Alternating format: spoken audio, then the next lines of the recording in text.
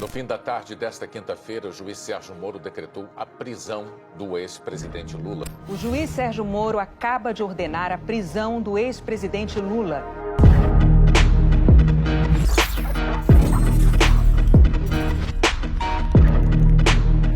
Lula responde a 3 processos em Curitiba e já foi condenado em 2 deles, apenas que somam 29 anos de prisão. As condenações se referem ao triplex do Guarujá e à reforma do sítio de Atibaia. Todos esses casos são da famosa 13ª Vara Federal de Curitiba e passaram pelas mãos do ex-juiz Sérgio Moro.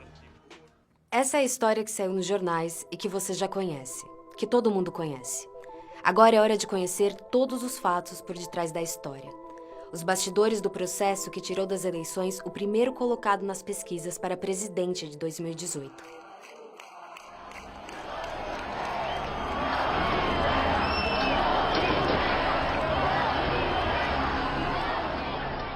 Os processos contra Lula em Curitiba são um dos maiores casos de lawfare já vistos no mundo. Nesse tipo de guerra, o ataque aos inimigos políticos é feito por meio da justiça, com múltiplas acusações, bloqueios de bens e divulgações seletivas na imprensa. O objetivo é inviabilizar a defesa e criar na sociedade um clima de culpa. E o julgamento passa a ser mera formalidade. As condenações já estão prontas. Um manifesto assinado em outubro de 2019 reuniu juristas de 8 países.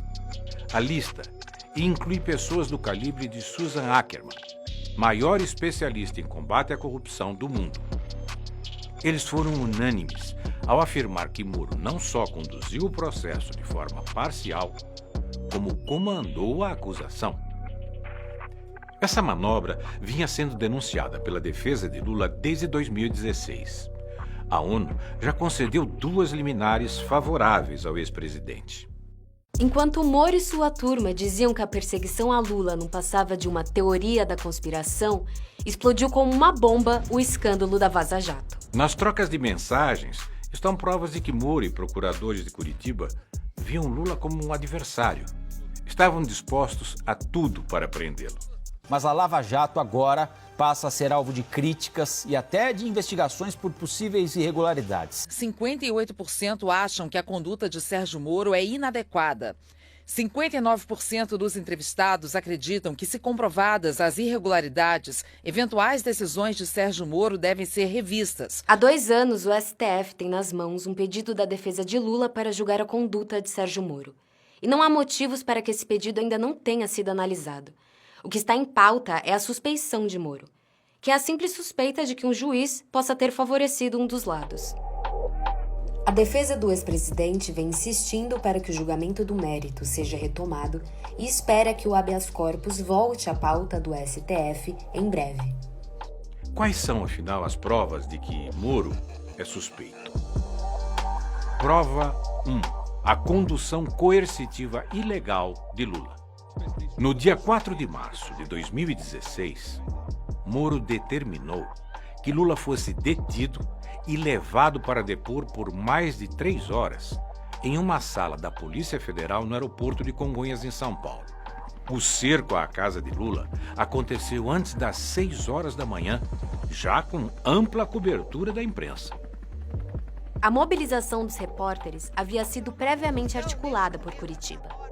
Um jornalista chegou a insinuar de madrugada em suas redes sociais que a operação aconteceria. A ação contra Lula foi tão abusiva que 2 anos depois, o STF proibiu a condução coercitiva para a realização de interrogatórios. Hoje, é ilegal levar uma pessoa a depor com força policial antes de intimá-la. Prova 2. Grampo ilegal. Nesta quarta-feira, a crise política atingiu o ponto mais alto. Alô? Alô? Lula, deixa eu te falar Fala, uma querida. coisa.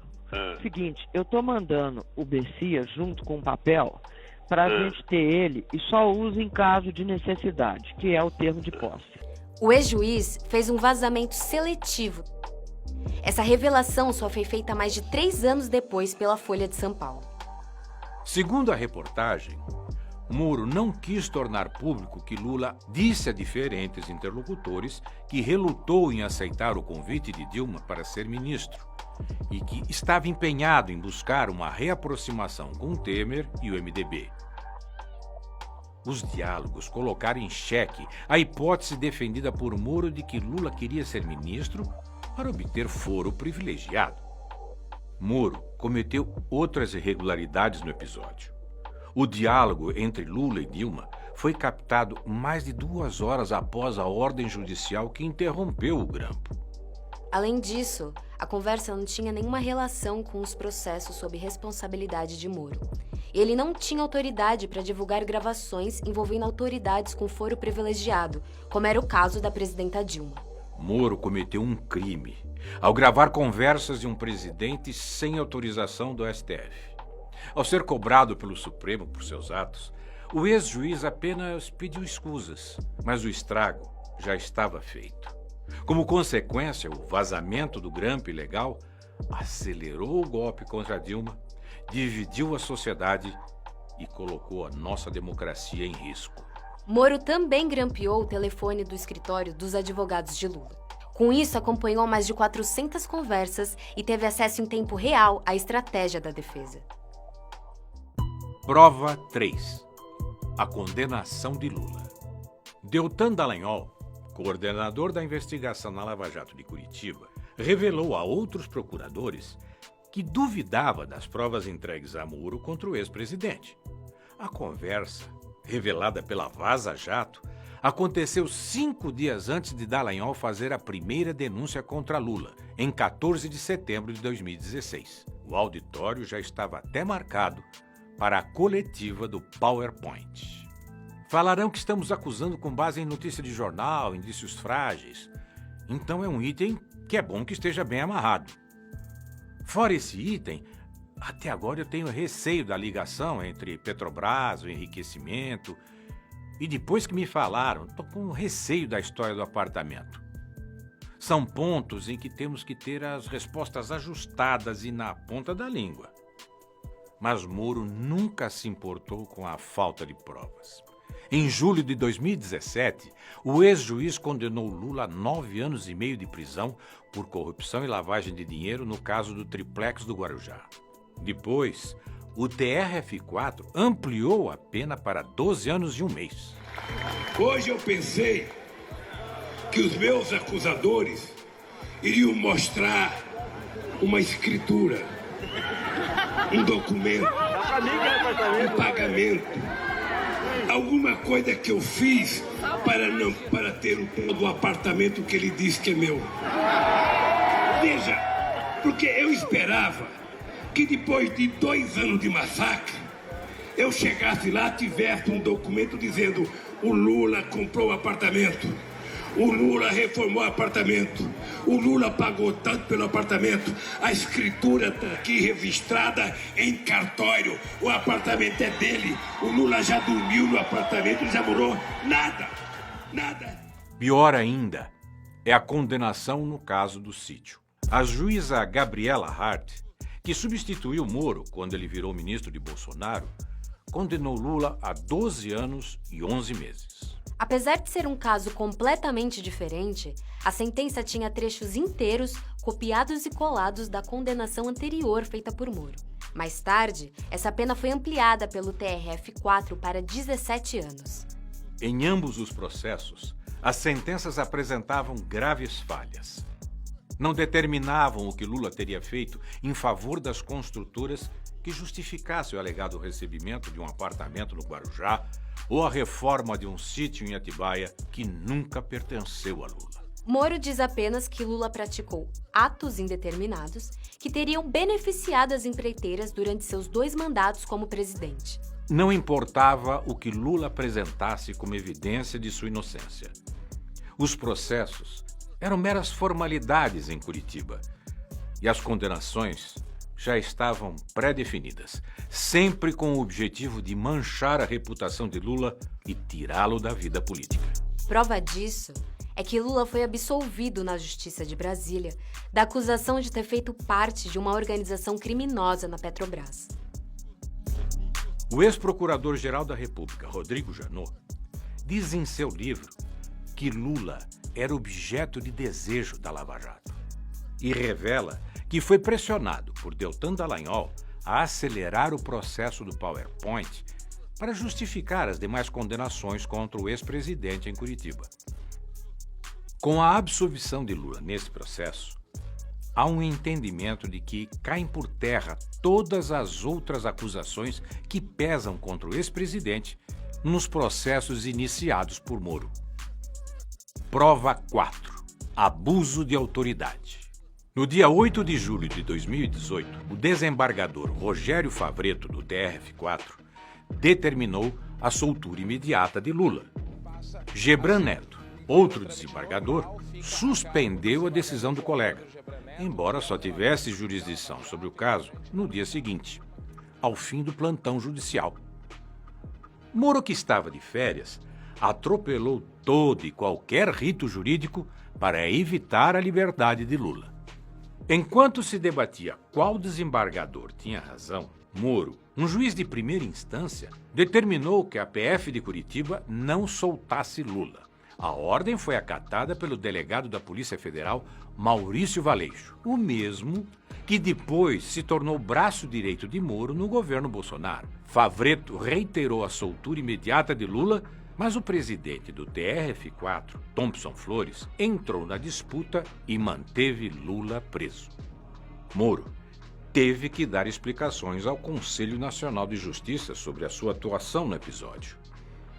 E essa não foi a única vez que o então juiz passou dos limites.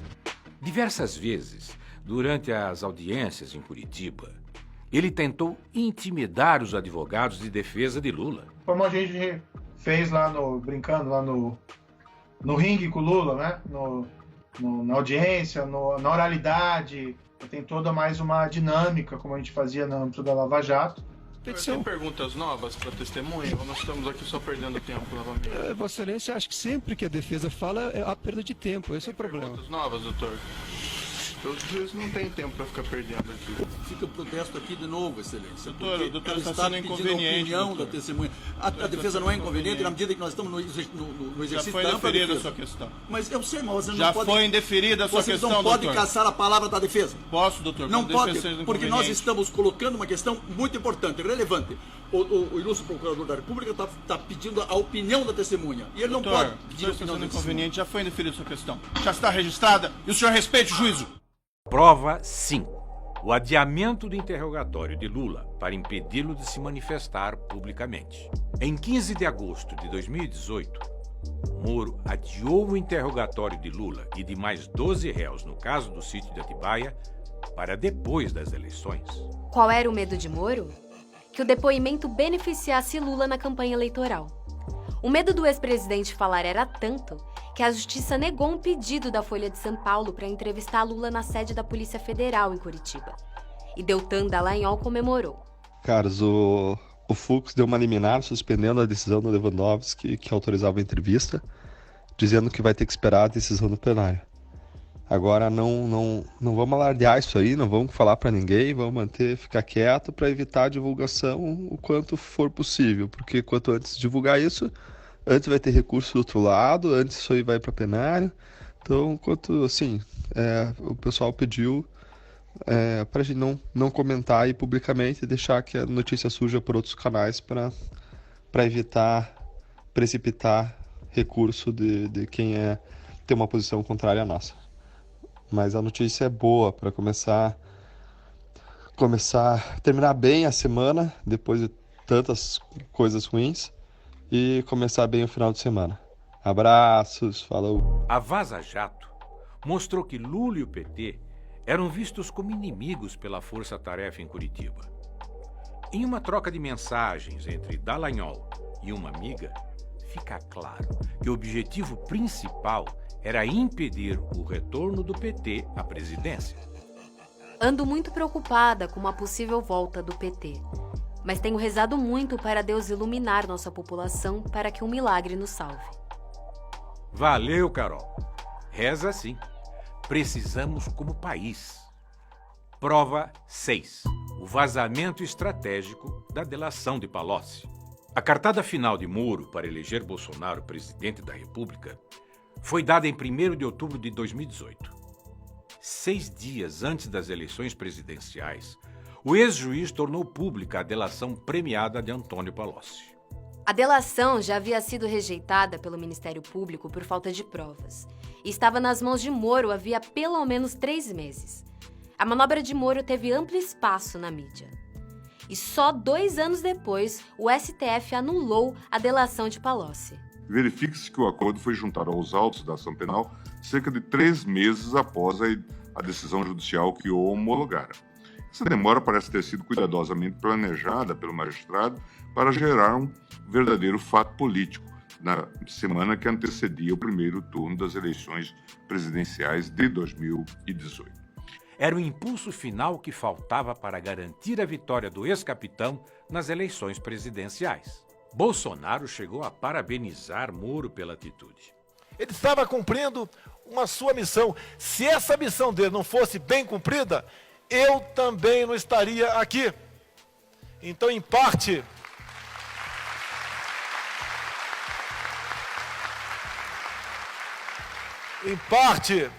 do que acontece na política do Brasil, devemos a Sérgio Moro. Prova 7. A ida de Moro para o governo Bolsonaro. Se depois de tudo isso ainda restava alguma dúvida sobre a parcialidade de Moro, a nomeação do ex-juiz como ministro de Bolsonaro escancara quais eram seus interesses. Enquanto julgava Lula, Moro negociava um cargo no primeiro escalão do novo governo. E aí veio o dia do segundo turno, domingo, na casa do Jair. A gente chegou lá à tarde, tipo 5, 5h30 da tarde, ainda estava claro. O Paulo Guedes estava na sala, me puxa, me chama e fala assim: Bebiano, eu quero conversar com você um negócio aqui importante. E foi a primeira vez que o Paulo Guedes mencionou que estava conversando com o Sérgio Moro. Ele me contou que já tinha tido 5 ou 6 conversas com o Sérgio Moro e que o Sérgio Moro estaria disposto a abandonar a magistratura e aceitar esse desafio como ministro da Justiça. A vitória de Bolsonaro foi comemorada por Rosângela, a mulher do ex-juiz.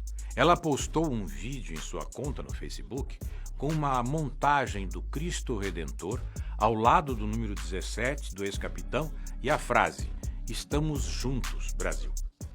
Sérgio Moro saiu do governo em abril de 2020. Em novembro, tornou-se sócio-diretor da Álvares & Marshall.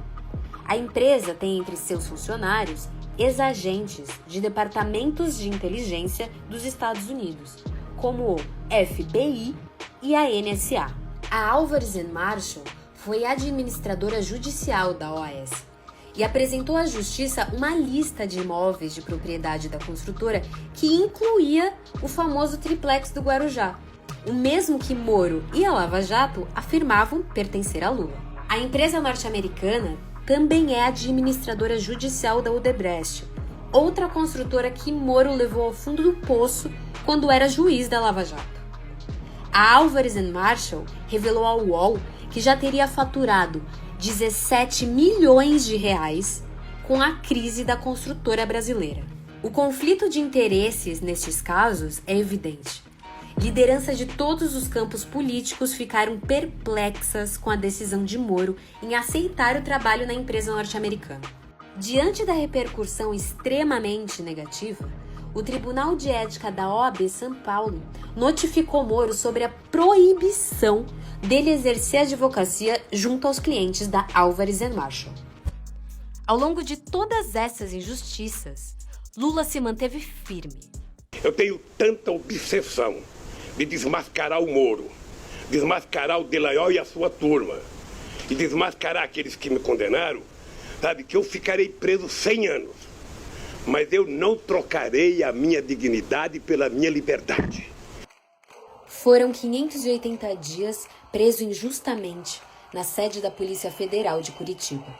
Durante todo esse tempo, o povo permaneceu em vigília e personalidades de todo o mundo se mobilizaram por sua liberdade. Bom dia, presidente Lula!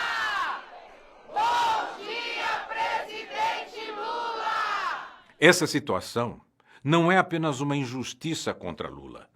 Ela é um atentado contra o Estado democrático de direito. É por isso que a anulação dos processos contra Lula significa a liberdade plena do ex-presidente, a recuperação dos seus direitos políticos e a libertação do Brasil, dos brasileiros e brasileiras. Lula livre é o povo livre. Anula STF. Anula STF. Anula STF. Anula STF.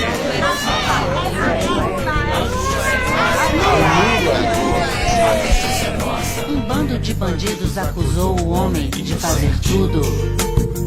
Tudo que eles fazem, a justiça é nossa, a justiça é nossa. Uma banda da polícia e um tucano na justiça vieram juntos. Estavam na mídia todo dia. Promotor, pastor,